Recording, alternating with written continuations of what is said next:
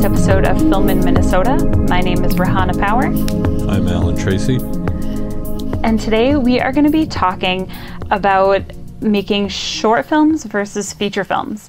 A lot of the factors that go into making a film in general are going to be the same, but they're so vastly different when it comes to all the technicalities that, how does someone decide what type of film they really want to make? What goes into that decision, and what goes into the decision to be on that, crew and in that cast. So we're going to really dive into that today. Yeah. So, Alan, you have experience in both of these fields. I do, at long last. It feels like forever, honestly. Which do you prefer? If you prefer either, you may not. Gosh, I don't really have a preference, I think.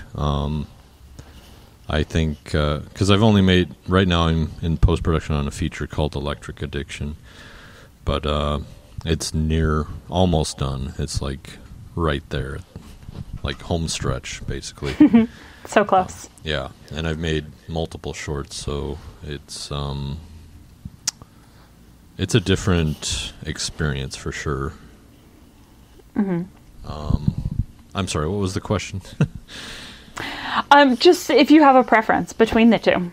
No preference. End of answer. End of discussion. End of Short podcast. Answer, Thanks for joining us, everybody. Yeah. So there's, like I mentioned, the factors that go into each of those. They're the same factors, but they're so different when it comes to like the technical aspect. Like when you're talking about scheduling and timing out, how much time you need for pre-production, how much time you need for production or post-production. It's so vastly different between making a short film and making a feature.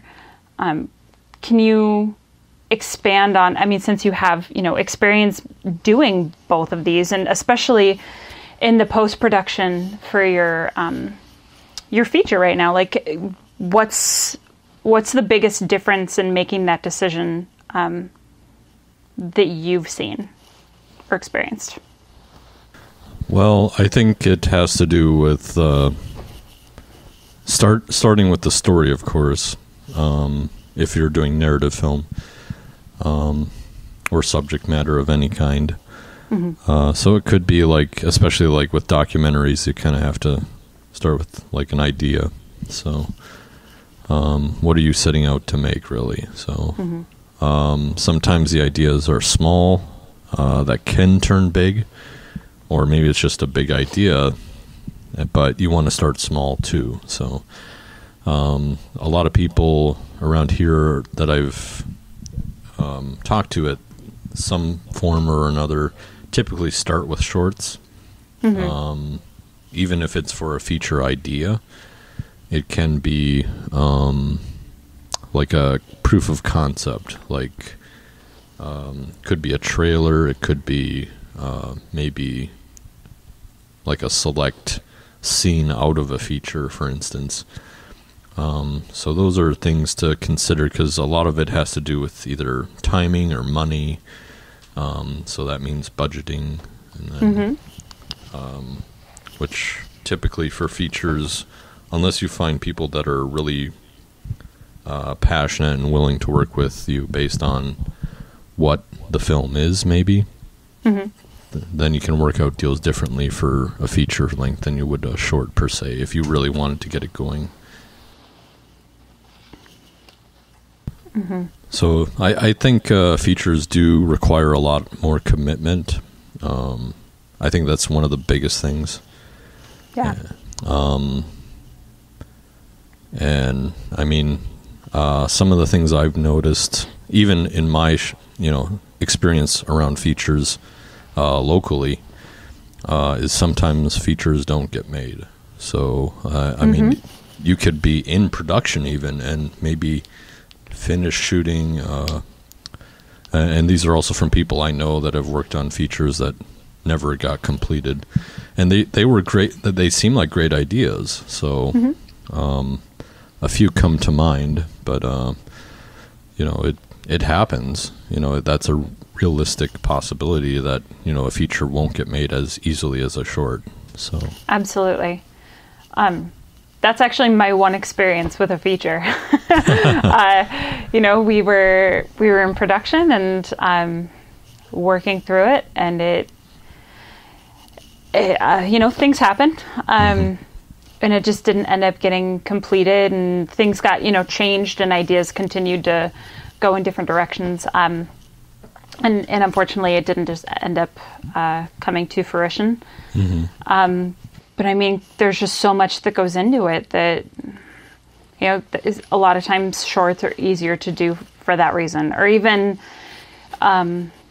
possibly like a series or a limited series or something where you're able to maybe work at your big project in smaller bites to make it more doable, whether it's because of budget or post-production is so, like editing, I cannot imagine. Props to every editor out there. Like, I don't know how you guys do what you do. It's phenomenal. But that process when it comes to a feature is unreal. So making sure that you have the time and the budget and the crew that's, you know, really going to be able to get you to that end, the end goal. Right. It's a big task, a feature is. So also props to everyone out there who has been able to complete the feature. That's the goal. So that's phenomenal. And that's what I'm telling myself is it's not over yet. So I have to, you know, keep diligent about how I'm, you know, scheduling my time in post-production to complete it. Yep. I'll don't be give on. up. There are all these like filmmaker like posts on Instagram that have like they show you a timeline of the whole film, and the layers and layers of sound far outweigh the layers of video that you would edit. I mean, not that it like that was one thing that was different about Electric Addiction was that was the first stage is getting the picture locked. I think that's true with everything, but in this particular case, it was not scripted, so it was more like a puzzle that there wasn't really a outlined script to follow. So you had to pick and choose how it connected. So, but tell me more about your experience with that. So not having a script, you know, not having dialogue to begin with or to like jump into it. Do you like that experience is so different from the majority of films that are being made? Right. Like, what did you think about that experience? And like what do you think the cast, you know, thought about that? Like, was it more difficult? Do you think that you got more out of your actors because of that? That's very interesting. I thought I was making it easy on myself by not having a script. Little did I know. Like, it's easy to shoot that, but it's very hard to edit that. So that's what I learned from that experience, at least, that part of it. Yeah. One thing in casting, when we were casting for this film, was one of the biggest questions was, how are you at improv? You know, have you had experience with improv? You know, and that was kind of the prerequisite for much of the cast. So, yeah. So it's one of those questions. If you didn't really have experience with it, may have, you know, worked against you in that particular instance. But not necessarily, depending on like because we threw like different scripts at people for cold reads, so that also was a test. So. So you have experience with auditioning. What sort of tests maybe have you had to, like hoops you had to jump through, perhaps? There's one audition that I remember where a lot of my auditions they'll have you know, you have the script and you do it one way and they say, okay, can you try this direction? You do it that way. They might give you one more direction, do it again, and then they say, okay, thanks, because they have a lot of people to see in one day or maybe 2 days. And so they're looking for a little bit, and then they got to get you out of there, get the next person in. But there's one audition that I had where it was me and somebody else. We were going through the scene, and then they had us do something totally different. And then they were like, okay, drop the scripts. They wanted me to not let that person leave the room. And they were like, other person, you guys just got in the biggest fight of your life. You are getting out that door no matter what you have to do. And so that was the audition. I just couldn't let her leave the room. And it was so much fun. And like, it had nothing to do with the topic, like the script, like anything. It was just fun and silly. And like, that was my goal, is she has to stay in that room. And her goal was, I have to leave. And so it was just our way of making that work together. It was a lot of fun. She did not leave the room, by the way. So I succeeded. You won. I won. Yeah. But yeah, it was, and that's also a good thing for like actors to, and I know that every actor knows this. There's no reason for me to say this, but if there is anyone like new out there, you know, that audition was hands down one of my favorite auditions I've ever had. I'm terrible at auditioning. I don't think anyone's necessarily like a phenomenal at auditioning, but right. You know, it was so much fun, and it was so relaxed because they wanted us to just have a good time with it.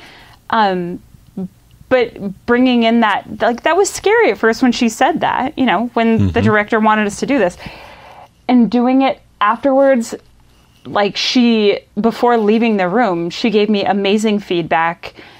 She reached out to me afterwards and, you know, told me how great, like, she loved the audition, all of this.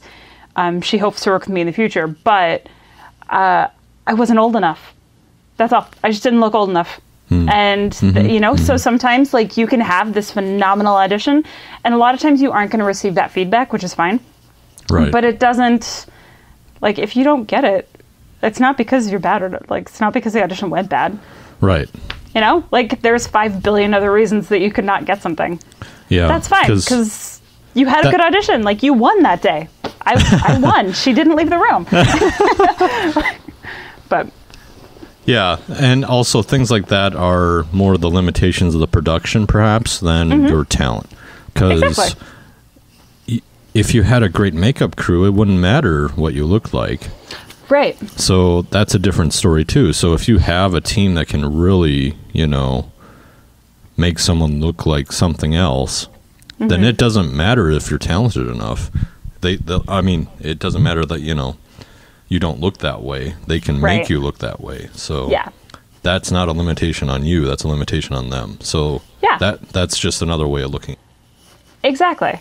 And I think as an actor, especially if you are beginning, because it was early on for me, like, it's easy to lose sight of that fact. You know, it's really easy to put it on yourself and say, oh, I failed. I didn't do my job. Like, I'm not good enough. I'm not what they, you know, but that's almost never it. Most of the time, I mean, yes, a lot of the time there's going to be somebody who just nailed it and you happen to not, and that's fine. But it could also very well be like, well, you're 5'10", and we need somebody who's 5'2" for this role specifically, you know, or something way out of your hands. Yeah, somehow that you're like closer to, like, for instance, like Tom Cruise is really short. We need someone who can be short with him, you know, in that way. Yeah, or at least however they do it, you know. Yeah. But so that got off on a very far tangent. No, that's fine. This is exactly what goes into the consideration process for a feature, especially. Like shorts, you might be able to get away with more, perhaps. I don't know how that goes, like, because you've been obviously casted in shorts, Rohanna. Like how did you do it? Was it through a callback? Did you have callbacks or? That is a fantastic question. I am terrible at auditioning. So most of most of the films that I've actually been in I honestly received, I want to say most of them, is based on relationships that I've built with filmmakers in the community. They may have seen work that I've done or had done, and they're like, hey, I want to work with you. Like, I think that, this role could be something that would be good for you, and we'll have discussions about it. And then that's sort of what it led to. It's most of the auditions. I have had a couple callbacks, but I get in my head really easily, as I'm sure a lot of actors may do. So auditioning is never my sweet spot.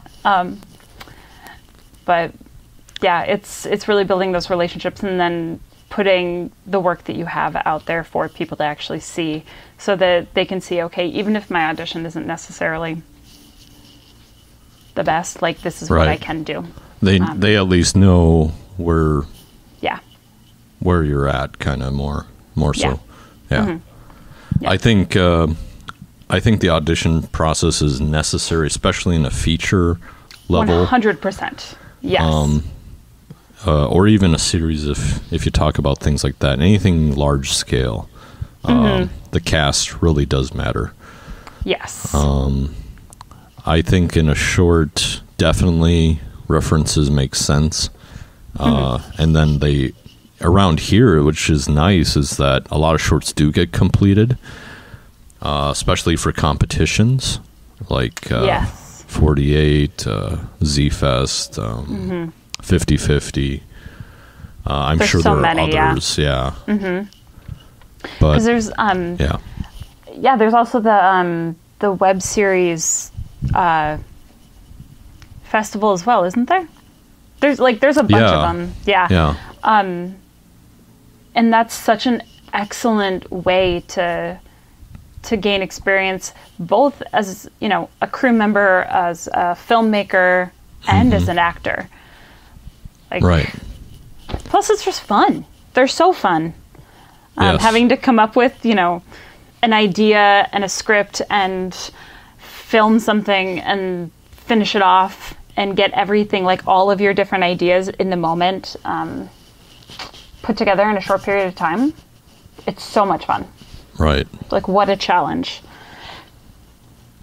I think when it comes to casting, just to kind of wrap up that section, when I was kind of going through that process with my team and the casting team, it was kind of interesting to understand what it meant as a kind of its own level of a test without it really being a test, because we had auditions once every 15 or 20 minutes. I think 15, because it's like you only have a certain amount of time in the room. Exactly. And we had auditions both in November and February of the next year, so it was kind of like we had broken up the timeline, and then we finally had callbacks. So it was a long waiting process in the interim, as we were kind of making decisions. But also, the discussions we had in casting were more like, okay, so who showed up on time, who actually got here, who actually, fits the role, and who can you rely on, who's prepared. Right. That's one thing I like about in-person auditions, is you actually get to understand that, are they putting in the effort for the audition? If they aren't, why would we give them a feature role, Exactly. So it's just things like that go into consideration. So that's because if an actor is not serious about the audition, they're not going to be serious about the role. And especially with any project, you have to have that, but especially with a feature, if someone's not going to show up on time, if they're not going to have their lines learned, if they're not going to prepare their character, if they're not going to be a part of that team, right? You can't rely on that. So yes, absolutely. And that's why callbacks are important too, because it has to do with communication and you know, it's one thing for a role, but like before you land the role, but also it's like, well, can we rely on you to get back to us as quickly as possible? Like, it's kind of like that. Like, I know that Jamie was on talking about like just generally how quick it is, because I mean, my experience out there, whenever I was like just working for you know, just to make money doing background stuff, it's whoever answers first, because there's so many people to pick from. So it's just like, if you don't answer, it's already filled, you know. It's that's how fast it is. And I think it's getting quick, like it's getting to be that quick too, thanks to like the internet. And now these days with like webcasting, I suppose, or web auditions. Yes, like self-taped auditions. Yeah, absolutely. It's a crazy process. And if you're serious about it and you're on top of it, then, you know, you're going to succeed. And if you're sort of wishy-washy about it and you're like, oh, I'll get back to them later and I don't really know, and I'm going to procrastinate getting ready, like, and preparing my character and no, just don't bother. And sometimes it's hard because, you know, like filmmakers, we get attached to our ideas and the people we really want sometimes. But as I learned in my experiences, even though they may be the best person for the role, if that commitment isn't there, it just won't work. So and honestly, sometimes that's how you find someone that you maybe didn't know about or didn't realize would be perfect for a role. Like, which is phenomenal for that actor and phenomenal for your project. So absolutely. It was one of the biggest challenges with one of our lead roles for Electric, because it was like, I think this one person could be the perfect fit, but then it just didn't materialize. So and then like, it comes back to the ideas, you know, like what is the cast gelling with this new idea. So what are films that you've been in that, like, the ideas you really liked, or maybe you didn't like as much, but then later maybe, I mean, how does that fit into your process of like, do I go with this film or not? Ooh, that's a good question. Like whether it's genre or whether it's, you know, the role itself. For me, so I've definitely been part of some projects where I'm like, afterwards, hindsight, I'm like, I probably should have just said no to that. But I've also been part of projects that I didn't necessarily have an expectation for, and I loved, you know, you just love, find people that you love working with, and you love the end result and what the script really became and everything. So, I mean, who you're working with plays such a big part in that, because you can have a script that's so-so, but then if you have an amazing crew and a cast that you gel with so well, then you can make something out of that you didn't necessarily anticipate. So it's tough for me to necessarily base like a choice to be in a film or not off of just like the script or something like that, or the genre even. There's absolutely genres that if, you know, like action films, if I get to be in something like that where there's like fight scenes and like fight choreography and things like that, then I'm more drawn to it, because that's a lot of fun. That's something I'm very interested in, versus like a horror film. And there's a lot of horror films that get made here in the Twin Cities. And they're great. They're really fun. And normally it's a lot of fun working with those cast and crews. But I personally don't like horror films. And so I like my mind, and I say that as like as a viewer, I don't like horror films. And because of that, when it comes to auditioning for a horror film, I automatically put like a stigma on it in my head. That's not to say that I haven't been in horror films, because I have, and they were a lot of fun. But I'm more drawn to other genre because of that, but I also, again, try to keep in mind that just because that's what it is does not mean that it's not going to be an amazing experience, and you're not going to meet amazing people, because you absolutely will.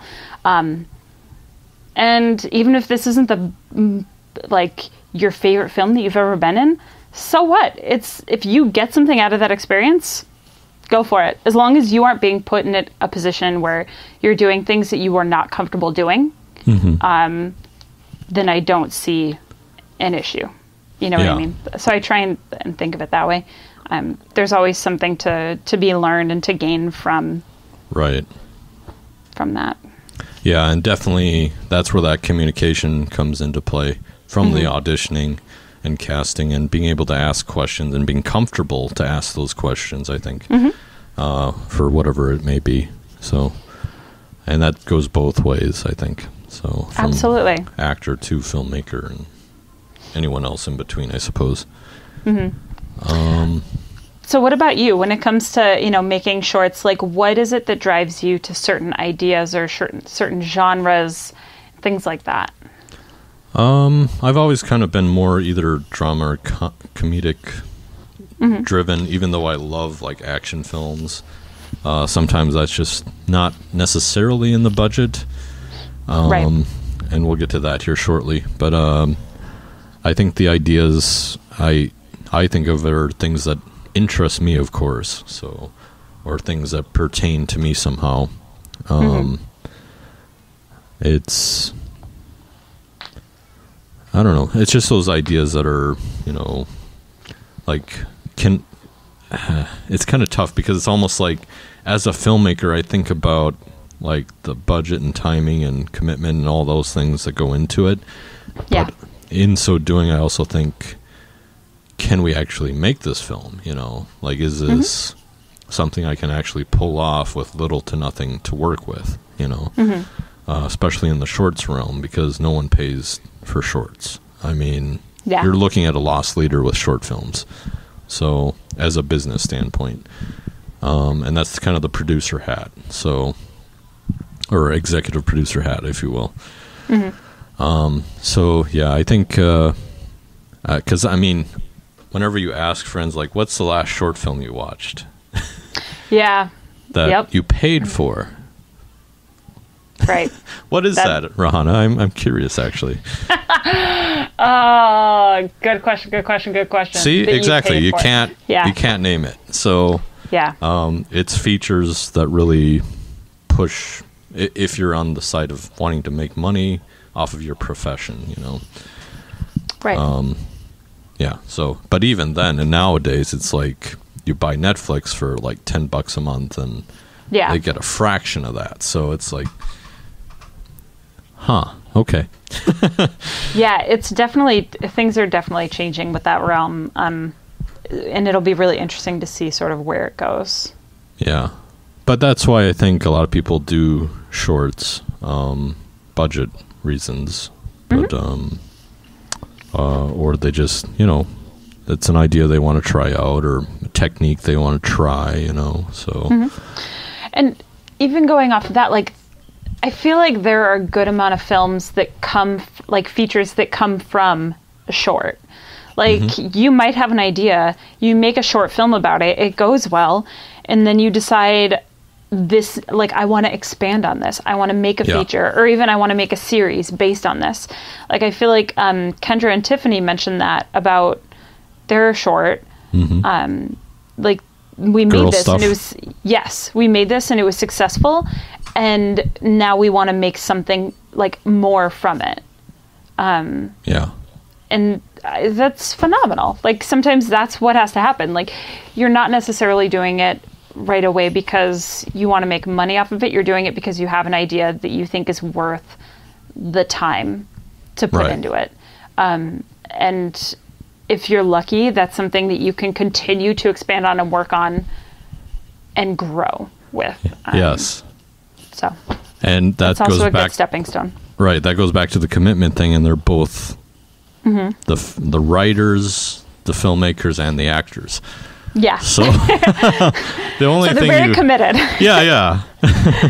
But it goes back to that old business saying that I love from that Steve Jobs always used to say, that from Alan Keyes, saying that if you don't like the software, make your own hardware. Same with actors. Like, if you don't like the films that are coming your way, make your own script, make your own film. Exactly. And they did that, and that's awesome. Yeah, and it's just blown up. It's gone so well. They're winning so many different awards and like festivals, and everyone loves it. Like, they did an amazing thing, Right, and it's obvious they cared about, because when you watch that film, it's put together so well. So yes, yeah, and they pick their team, and that goes into like our crew. Like, who do you pick for crew? What type of equipment are they using? And all those things. I know that in my experience with the feature, my one feature, it's an idea I wanted to, pursue was making a film on the iPhone. And I had made a short on the iPhone as a student project. But I wondered, like, I had watched like films like Tangerine. I think there was another one that was made, but Sean Baker made that film, I believe.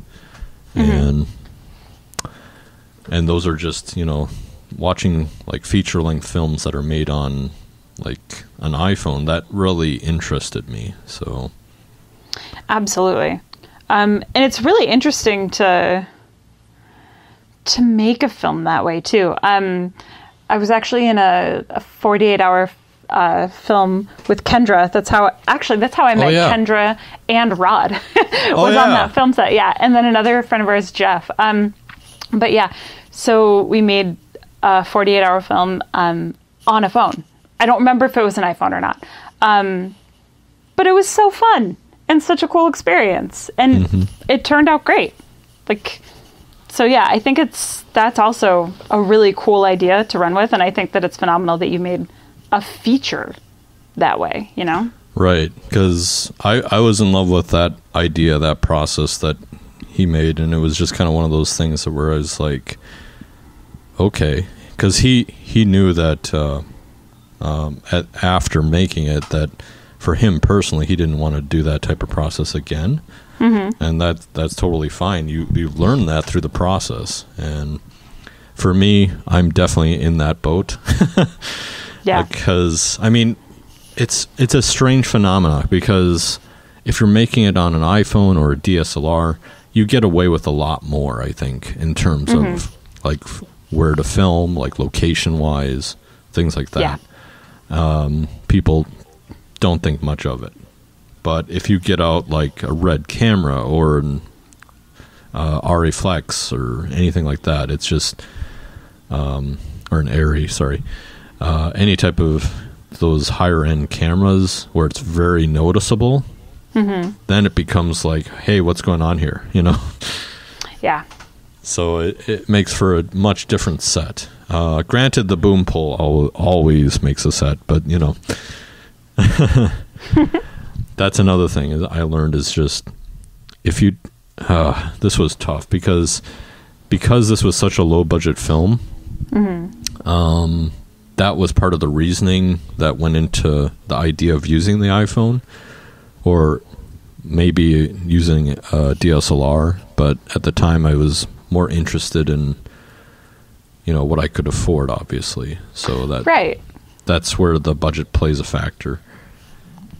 So it really does. Yeah. So equipment like that, even if you rented it, would be vastly different than what I ended up using here.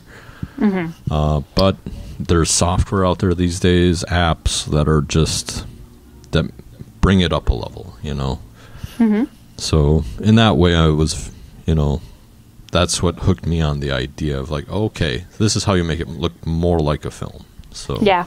Not just something you would, post to Instagram or something. So right.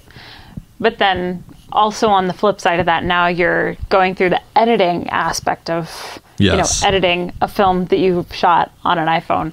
And that's, I assume, a lot different than editing, something you shot on one of those other cameras. Right. And that goes back to the sound thing that I was talking about. Is in the future, one thing I've learned is you have to get someone that knows sound, someone who can actually do that the way you need to, because that is probably more than half of the post-production process.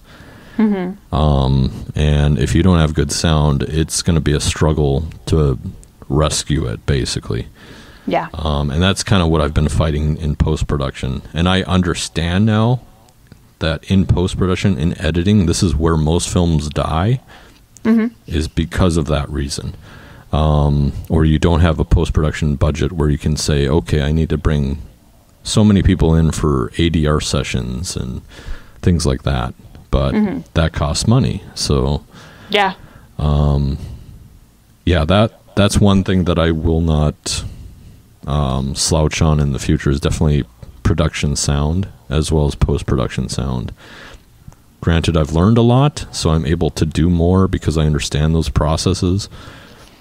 But that's how I was educated. I came up through film school understanding both picture and sound, and that's just kind of, luckily I'm in that jack of all trades sort of group. So Absolutely. Yeah. To go along with sound, talk about your experience with music, whether for a short or a feature, and like the difference between trying to figure out the music for one versus the other. Well, I think it's depending on if you have a good relationship with a composer or not. I mean, nowadays it's kind of nice that you don't have to be in the same even state or country as a composer. It's kind of nice that way, where you can actually listen to people's music and understand, like, okay, maybe this will work for this type of film, and then just reaching out and creating a dialogue. I've had the fortunate experience of working with Oni, whom we've had on the podcast, and who does our opening and closing music, by the way. But it's kind of nice that way, where I don't have to chase down music rights, which is a pain in the ass. I could not believe how hard it was to get one song and just not end up getting it, because you don't know who has the rights to it. And even if you go with the music, you would have to find like a music rights specialist group to do that. But then even to license it is ridiculous. There is so much money that goes into that, Rahana. I believe it. I can't believe it. I'm still... I'm like, don't these people want to get paid? I mean, I want this song. And then they're like, well, I don't know who has the rights to it. These guys have 2/3 of the rights to it, but where's the other third? It's like, huh? That's nuts. So, yeah, it's... Yeah, again, another place where you have to hire someone to basically go headhunt your music. And do that. Yeah. But even then, it's like copyright. So is it digital? Is it DVD? Is it Blu-ray? What is it? You know? Oh, yeah. Is it end credits? Is it in the film? It's like, Have you ever... So, how do I want to word this? So you have your working relationship with Oni, and he is your composer. Have you also ever considered, or would you ever consider in the future, like working with a musician here, like a local musician, or even if it's, an actor who also is also a musician and sings, to basically do the score for a film, or like sing specifically for your film and like create the music that way, versus having to, headhunt and find rights to specific songs that are already out there? Yes. It's funny that you're saying that right now, because you know that I made a film with Abisha, so in January, and she is a musician and an actress, so she obviously already had music created that I wanted to use, and she also happened to fit the role for January, so which is perfect. Yeah. It's like, oh, you're into acting? Okay, let's talk about that. Yeah. But yeah, it's really nice if you also like certain local music, especially. It definitely would be easier to get rights because typically they own their own rights, unless they're with a label. Right. That's the only thing that you need to look out for. But most of the time you just reach out to them and you can get your rights. I mean, that is invaluable. It's worth doing, I think, especially if you like their music. So yeah, at least try to reach out. So I think things like that are really good. And a lot of times some musicians want to try acting because they just like performing, just like theater, you know, so. Yeah, absolutely. So what are some, I don't want to ask you what your preference is between a short and a feature, because I don't think that that's a fair question. Right. But what are some aspects of each that you maybe prefer about that one versus the other? Like, what about the short do you prefer, and what about the feature do you prefer? And whether that's part of the pre-production, production, or post-production, or even, you know, once you've gone through distribution and promotion and all of that, like what do you like about both? As a filmmaker, I think shorts have a more kind of a level of instant gratification, if you will. It's a little quicker that way, where you can produce it, put it together, screen it, and then get it to distribution a lot quicker. But there's also a lot fewer hoops to jump through for it. Budget-wise being one of the biggest, because everything requires either some level of money or not, and the time commitment. Features, obviously, something like Electric Addiction, where it was unscripted, has taken longer to edit, but because the budget was so small, it's taken more time to actually put together. I don't have a professional editor on hand other than myself, and the music was composed ahead of time, so that was kind of a unique feature of this film, where the film itself was more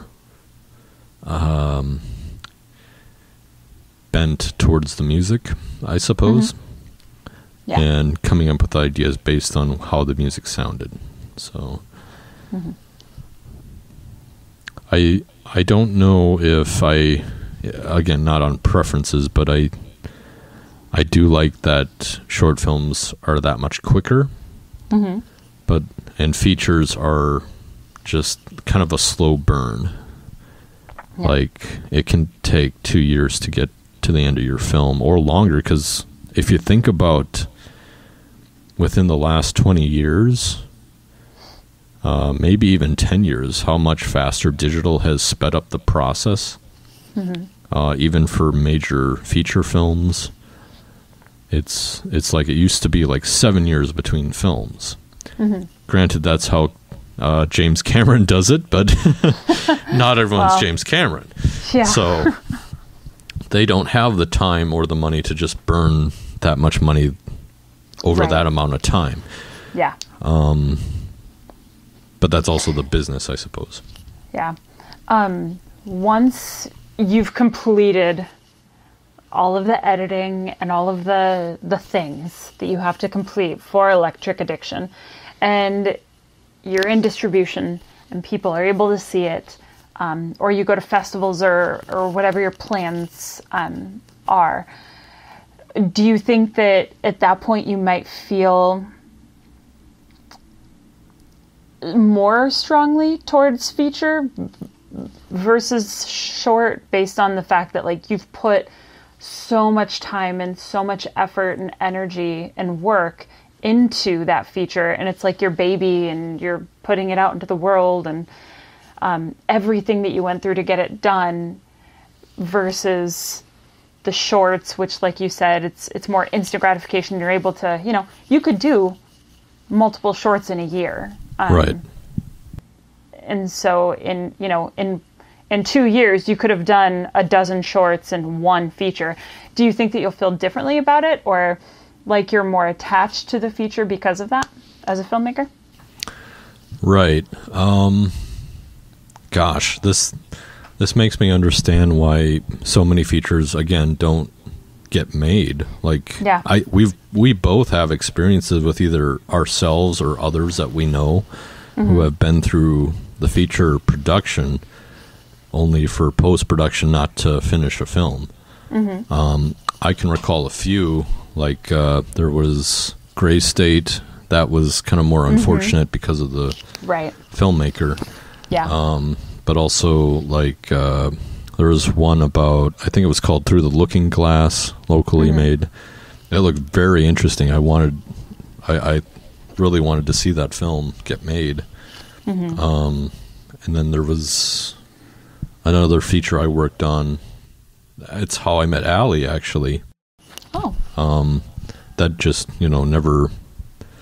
it was in post-production for a long time, and then it just never amounted to anything. But it's...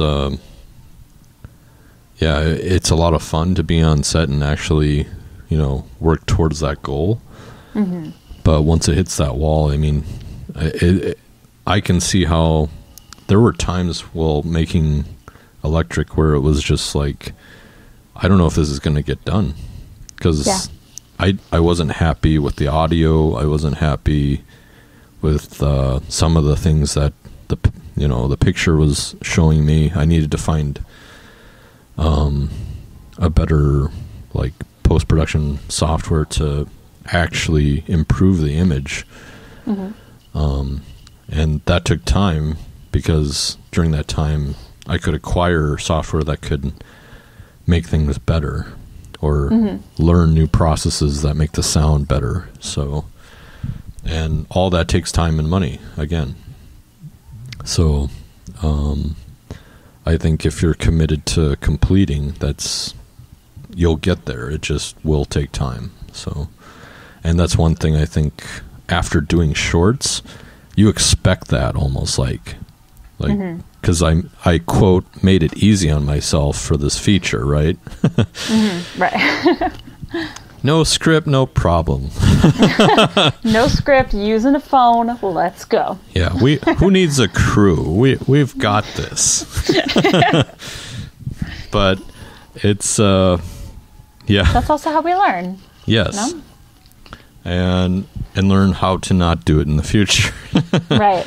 Or learn, okay, if I want to use a phone in the future, I need X, Y, and Z to make the latter part of the process a lot simpler for me. Right. And a lot of this I already knew. Like, you need good sound from watching, like, behind the scenes things with Sean Baker on Tangerine. It's like they said, find good sound. That was a point. At which point, I had someone who was lined up for sound, but it didn't work out because they were so busy themselves getting much higher paid work that I couldn't compete with that. So that was unfortunate also. Yeah. Which I'm glad they got better paid work, but it was almost like, are you kidding me? I was counting on this to be there, and then it was gone. Yeah. Which is another way that, that budget aspect comes into play. Yes. Money talks. It really does. Absolutely. And that makes me think about things like Josh, who we had on the podcast, who did Rebel Without a Crew down with Robert Rodriguez. Oh, yeah. So it was just like, at least they had kind of a power name behind them. Yeah. And they also had the assurance of playing at a major festival. So those were all just... Those help.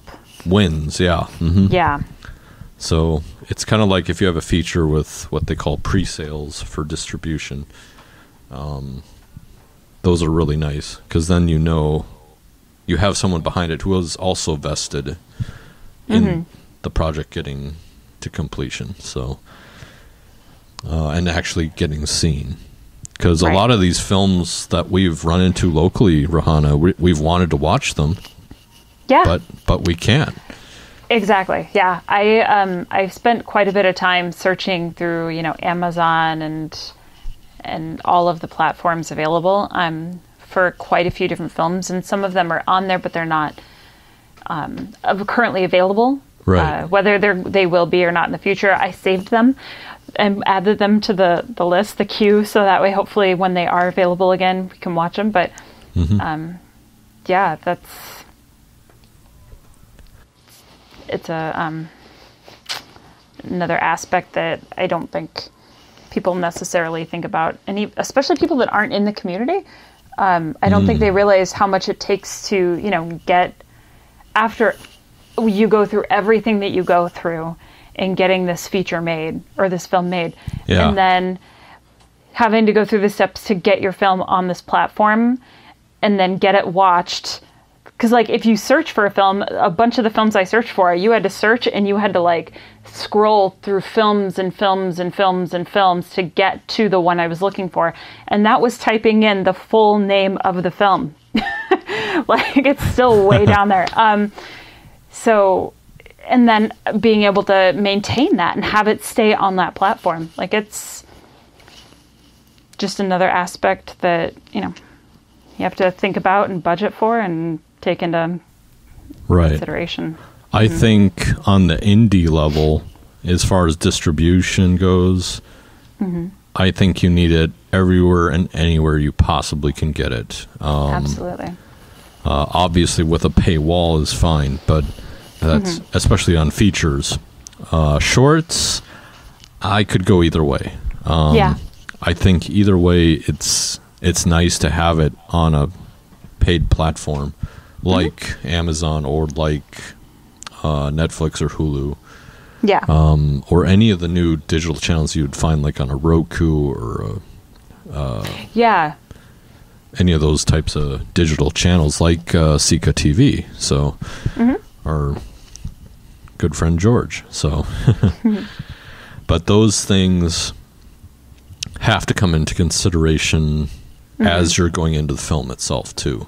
Yeah. And that goes back to preparation, I think. Pre-production.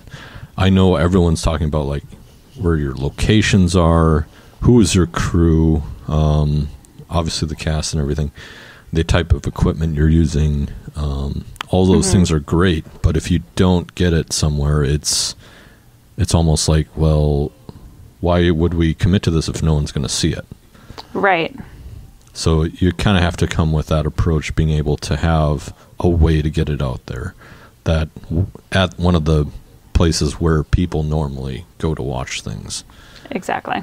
And the big three are definitely Amazon, Hulu, and Netflix. So, and then of course iTunes, I think. So yeah, and I think people might overlook iTunes too, but I think it's one that a lot more people have, maybe. And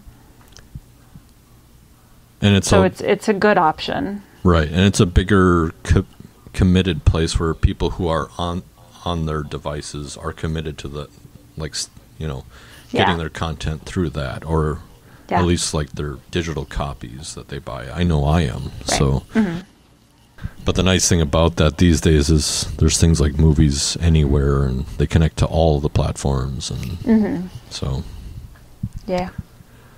But then it's being able to make people aware that it's out there, because it's I hear about projects way after they're made, even shorts and features, and I'm like, why didn't I hear about this? Yeah, we want to see this. Yeah, that's partially why I made we made this podcast. Yeah. Or at least that's exactly it. Big chunk of it, because please let us know what you're doing.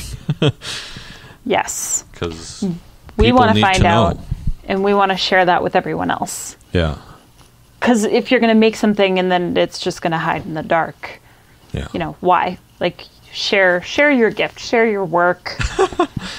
Yes, Rahana, share your gift. I don't know if mine's a gift, but everybody else's.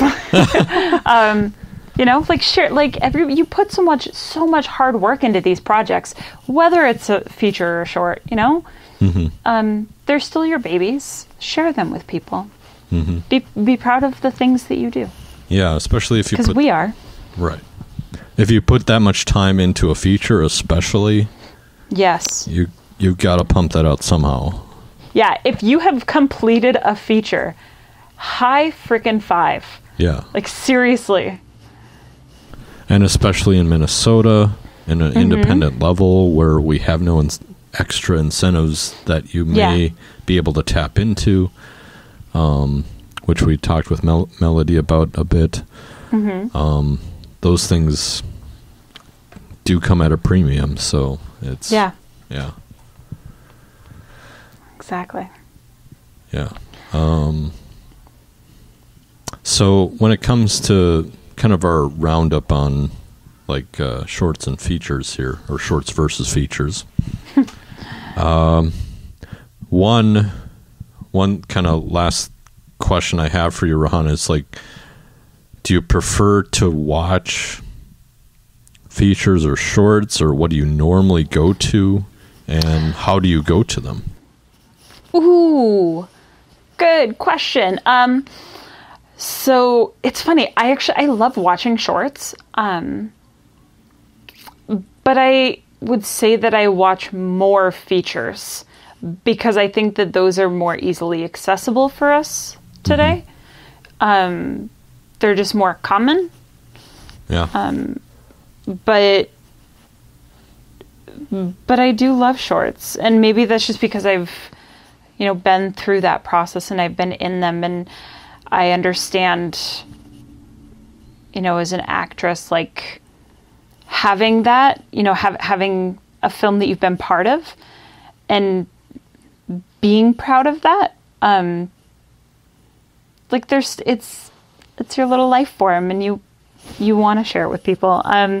So even though features are more common, especially with, Netflix and Hulu and all that, unless it's a series or something, like more than likely people are going to be watching the features. But right. I do love shorts quite a bit. And I think that there are so many that are brilliant and hilarious and moving. Yeah. And they're wonderful pieces of art. Right. And they don't take up that much time. Yeah, so exactly. If you don't like it, you don't have to like sit through an hour of it or something, 2 hours. Right. Exactly. You don't have to watch Once Upon a Time in Hollywood for 7.5 hours. Instead, you can watch a fantastic, 20-minute film, and you're good to go. I love Once Upon a Time in Hollywood should have been a short movie. Yeah. That is my theory. Should have been cut down a bit, huh? Yes. But if that had been a short, I would have loved it. See, like that's where like independent film comes into play too. Like you kind of have your free reign if you're kind of doing it yourself. Exactly. Like Tarantino, he doesn't give a fuck that you didn't like it. He'll say that. Yes, and he shouldn't care. Like, right. That's his expression, and he is a phenomenal filmmaker. He should do what he does, and he does it very well. That, and like, I love most of his films. That one in particular, though, I just like. Yeah, we'll wait till it comes down to like the bargain deal to buy it if we're going to buy it at all. So it's. Yeah. I'm just kidding. Yeah, I personally did like it, but we're at the odds end on that. That's okay. Yes, and most people did, and that's fine. Cool shit. But the point is, I love short films, but I do watch more features. What are you gonna do? But I also love series, partially because they're shorter. Right, because you don't always have 2 hours to sit down and watch something. Exactly. Yeah. Except for now, during during the pandemic. Then everyone has all of the time. Yeah, it's just more preference if you want to do it that way. Exactly. What about you? Which one do you watch more and which one do you prefer? if you prefer one versus the other. I do enjoy a good short film. I mean, gosh, I'm with you too on the series thing. And if you're making a feature that maybe has several ideas, consider doing like a limited series idea or something like that, because you could easily pitch that to someone. Like, it used to never be something that distributors went for, because they wanted the assurance of a season that goes year to year or week to week with episodes and kept going. I think about like, I like features a lot, but I also don't have a ton of time always to sit down and watch a full feature. And even then, it's like I feel like I'm cheating it if I have to break it up and watch part of it one time and another. So I know that with things. I loved the Oscars this year with Chris Rock and Steve Martin when they talked about The Irishman. Chris Rock was like, I loved the first season of The Irishman. Exactly. Yes. I thought it was like, yes. Spot on. Yes. That could have been a limited series, but it was one feature. It probably should have been a limited series. Yeah. But yes, yeah. In a way, it is broken up like a limited series, so it's kind of like, why didn't you do that? Yeah. That would have actually been brilliant. So, yeah. Anyway. But, I mean, that's a new idea, kind of, that distributors actually are okay with now. Because I remember HBO had, like, Band of Brothers, and that was kind of like, yeah, but that's HBO. They'll try that, you know. But now, like, now that everyone's going to have a streaming platform. Right? Basically TV on the web. Hopefully we don't have to pay for commercials. So, God, no kidding. Yeah, that's. I think that's part of it. Like, one, just being able to go directly to your feature or short, and it depends how easily accessible it is. For shorts, I find that YouTube, Vimeo, any of these platforms are typically quicker to get to your short. And that's how I typically watch them, I suppose. Whereas features, Amazon, Netflix, Hulu, again, just things that are, you pay for. So yeah. Or if it's available on VOD, a reasonable rental price. So that's kind of interesting how that all works out. I wondered, though, like, have you, with festivals locally especially, have you watched have you typically watched shorts or features at festivals? At festivals, I typically watch shorts. Oh, really? Actually, yeah, I've watched a couple of features, but yeah, I'm drawn to the shorts. Yeah, because they come in blocks, so you get a bunch of them. So Yep. it feels like a deal, right? Yeah, exactly. Like, I don't want to lose money on them. I'm going to hedge my bets. People. Yeah, I want to see all the people making all the films, and I can do that right here. Right. But yeah, how about you? I do go for shorts. I do. Yeah. Again, as a filmmaker, of course, typically local films, but I remember at Cannes, though, like a major festival, I definitely obviously went for features because of the red carpet events. Yes. But I was still drawn to the short film corner, just being able to watch what other people are doing as a filmmaker and seeing how well they do it. It's just, to me, I'm constantly amazed at just some of the people and what they do is just amazing around the world too. Yeah, so. It's very inspirational. Yeah. I definitely recommend anyone to watch Rebel Without a Crew, the series, because if you're having troubles coming up with like a feature or committing to the idea, maybe you're afraid of it, I feel like that's a good example of people on the indie level actually going through the process and it not being a reality series, but actually following, filmmakers and actors and seeing what goes into the process. Because for me, that helped watching that while making this feature, because I could see their struggles were comparable to my own. So, yeah. If you need a little, boost, like, I definitely recommend watching or buying that series, like on iTunes or anything, wherever it is. So, there you go. Yeah. All right. Well, thank you, Alan, for this wonderful discussion. Yeah. And thank you, everyone, for hanging out with us and listening. If you have a short film and you want others to be able to watch it and you want to promote it, or even a feature, drop a link in the comments on, our Facebook post or our Instagram post. Share maybe your film production company, anything.